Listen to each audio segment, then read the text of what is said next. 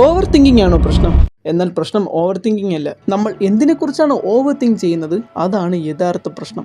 മിക്ക ആളുകളും over think ചെയ്യുന്നത് ഇന്നും സംഭവിക്കാത്ത കാര്യങ്ങളെക്കുറിച്ചും ആവശ്യമില്ലാത്ത സാഹചര്യങ്ങളെക്കുറിച്ച് അതിലുണ്ടാവുന്ന ഫിയേഴ്സ്, ഡൗട്ട്സ്, നെഗറ്റീവ് തോട്ട്സ് ഇതിനെയൊക്കെ കുറിച്ചാണ്. ഇത് കാരണം ടെൻഷൻ ഉണ്ടാകും, ആൻസൈറ്റി കൂടും, വെറുതെ വറി ചെയ്യും, മൈൻഡ് വരെ ടയേർഡ് ആകും. എന്നാൽ ഞാനൊരു കാര്യം പറയട്ടെ, വെറുതെ നെഗറ്റീവായി ഓവർ തിങ്ക് ചെയ്ത് വിഷമിക്കുന്നതിലും ഭേദം പോസിറ്റീവ് കാര്യങ്ങൾ ഓവർ തിങ്ക് ചെയ്ത് അതിൽ നിന്ന് സന്തോഷിക്കുന്നതല്ലേ നല്ലത്.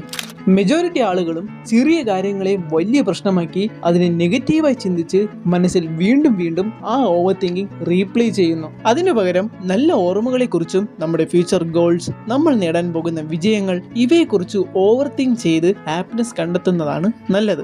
Positive over thinking confidence build ചെയ്യാൻ ഹെൽപ്പ് ചെയ്യും.